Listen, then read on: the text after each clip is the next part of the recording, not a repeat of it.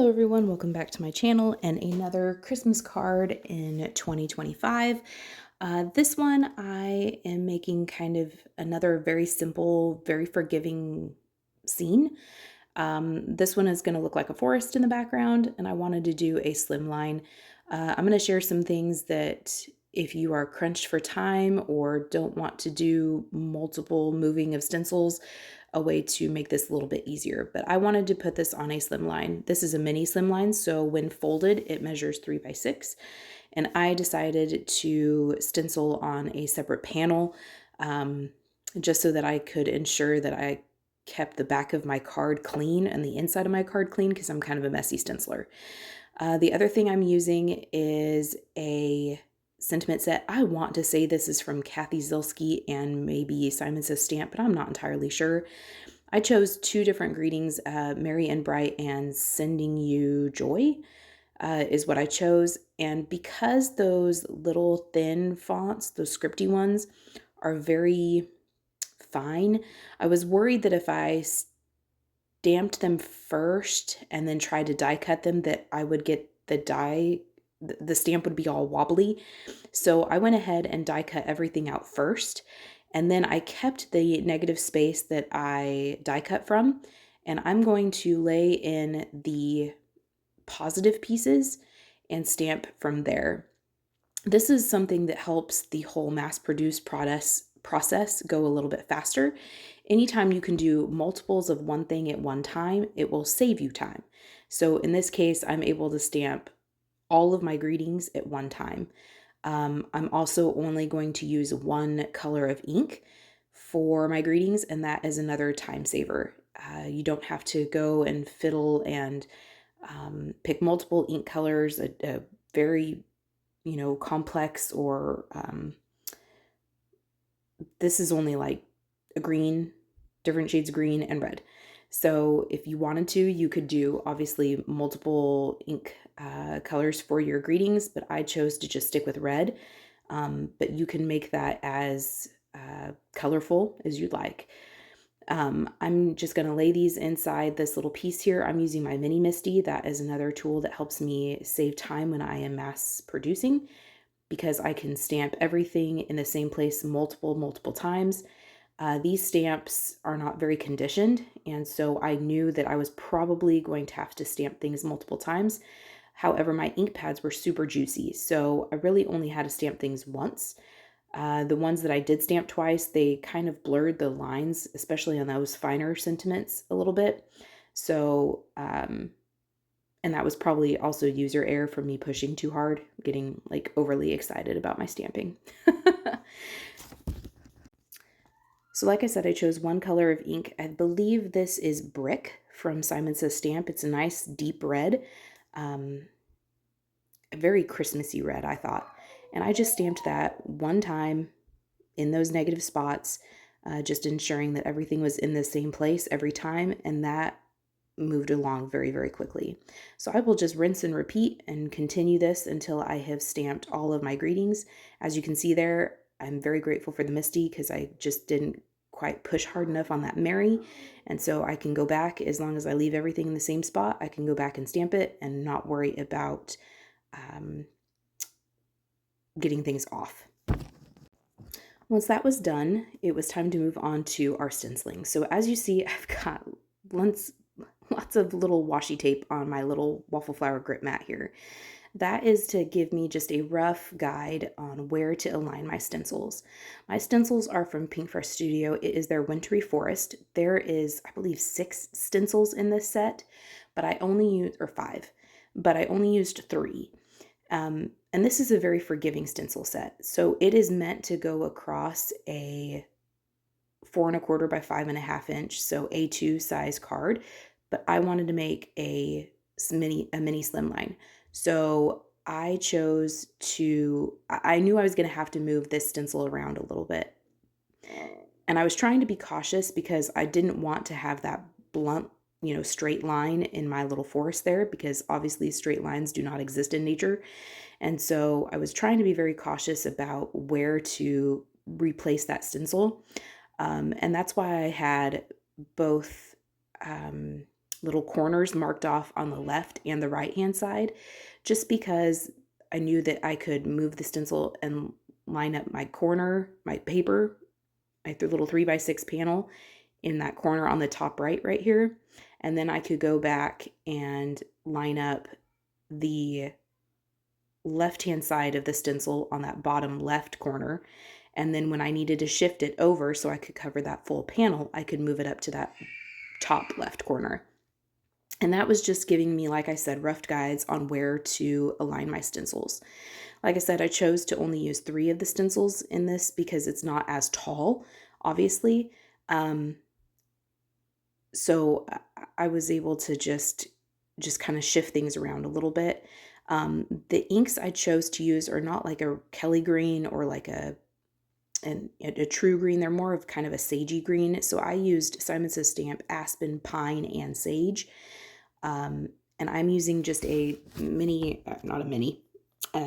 a larger ink blending tool. That is another way to save some time, is to use a blending tool that is appropriately sized for the job. So if I was trying to do very detailed work, I would obviously want to use a smaller one. This one I'm trying to cover quite a bit of area, so I'm using a much larger one. This is the largest one I have in my stash. And this worked out really well. I guess I'm a very aggressive ink blender because the details on the stencil are not like super fine, but I kept bending my stencil. Again, that's probably user error. I'm probably just pushing too hard, but I was really, it wasn't too difficult to just kind of bend the stencil back into place. So I continued this process for all 3 stencils. And as I went along, as I went down the card, I got darker. So that first one that is the top of our card is Aspen. The next layer was done in Pine, and then the final layer will be done in Sage. If you wanted to, you could do this out of a color palette that was next to one another on the color wheel. I believe they call that analogous? Complementary? No, not complementary. Complementary would make brown, would make mud.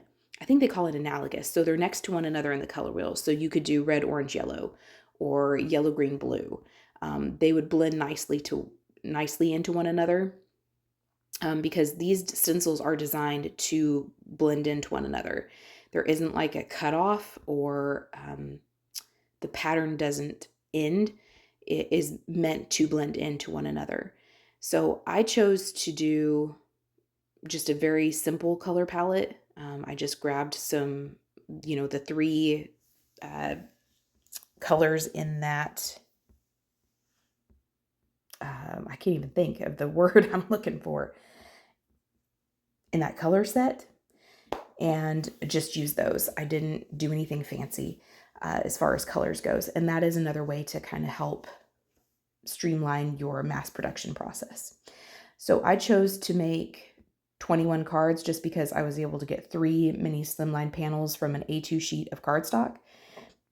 And again, my panels measure 3x6. I made those out of HAMMERMILL cardstock, and then I made the card bases also out of the HAMMERMILL cardstock. And I made those, I cut them to 6x6 and then scored them in half on one side at 3, and that made a 3x6 base. So here I have moved on to the pine color, or excuse me, the sage color. No, pine I think is the darkest color. It goes aspen, sage, and then pine. Pine is the darkest color.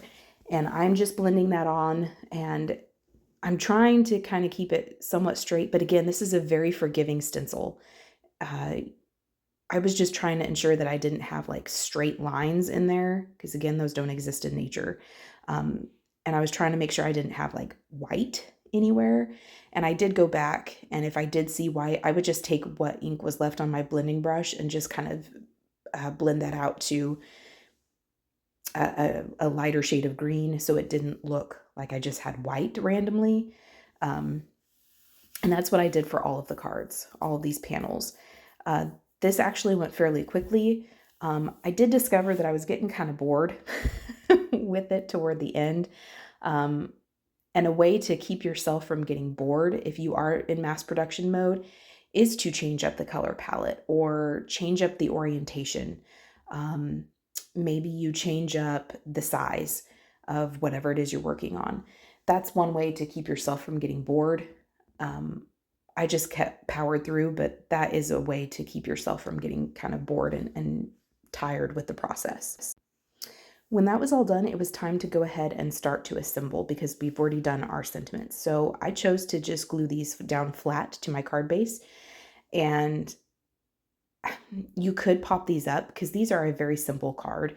I do a couple of things to make them a little more special, but one of the ways that you can make a card a little more special is maybe trim this down, maybe give yourself about 1/8 of an inch border or 1/4 of an inch border on each side, and maybe pop it up with either some foam tape or some scrap cardstock just to, or some pop-up foam, just to give it a little bit more interest, give it a border. I chose to just keep it the whole size of the card. I did have to go back and kind of do some trimming, but that was no big deal. Now it was time to assemble, and my card bases, as you can see, really wanted to pop up, so I'm just using one of my magnets for my glass board to help me hold that down in place, and I did fiddle for a little bit, trying to figure out the best place to put some of these greetings. And when I was finally happy with where I wanted them, I did go ahead and take my liquid glue and glue them down flat to the card. But that is another way that you could step it up if you wanted to maybe use up some scraps or make the greeting stand out more. Maybe you feel like it's getting lost or it just looks a little strange. Try popping it up. The best way to pop up little greetings like this, especially if you have the coordinating die, is to just die cut out that greeting multiple times and stack it up with liquid glue, or die cut it once from pop-up foam and then glue those together. And that will give you just a little bit of a lift, a little bit of a shadow, and perhaps a little bit more interest. And that may be what your card needs, especially if you are in mass production mode, but it's just looking, maybe the card looks a little off or a little incomplete. That is a way to make it look a little extra special. So I looked through my stash and toyed with a bunch of ideas on ways to add some embellishments to these cards. And I just settled on some red pearls that I got, I believe, from Amazon that were in my stash, and just put a grouping of 5 of them around kind of that bigger sentiment. I usually, here's full disclosure time, I usually did that to cover up ink smudges or, distract from, maybe I did get a straight line on the card. I did go and use my pearls to distract from that or to cover up ink smudges. And that is one way, especially when you are just going in the zone. Sometimes things can go awry and smudges happen. And that is one way to kind of cover those up. I also use the sentiment to cover up those smudges as well. So I just put little dots of glue and put those pearls around there. And I also took my We Are Memory Keepers corner chomper and used the 1/2 inch radius to just do the bottom 2 corners. That was an easy way to add some interest, and yet it didn't really take a whole lot of extra time to do. So that is it. That is the card for today. I hope you felt inspired. I hope you will stick around for the rest of the videos. And until then, we will see you next time. Bye.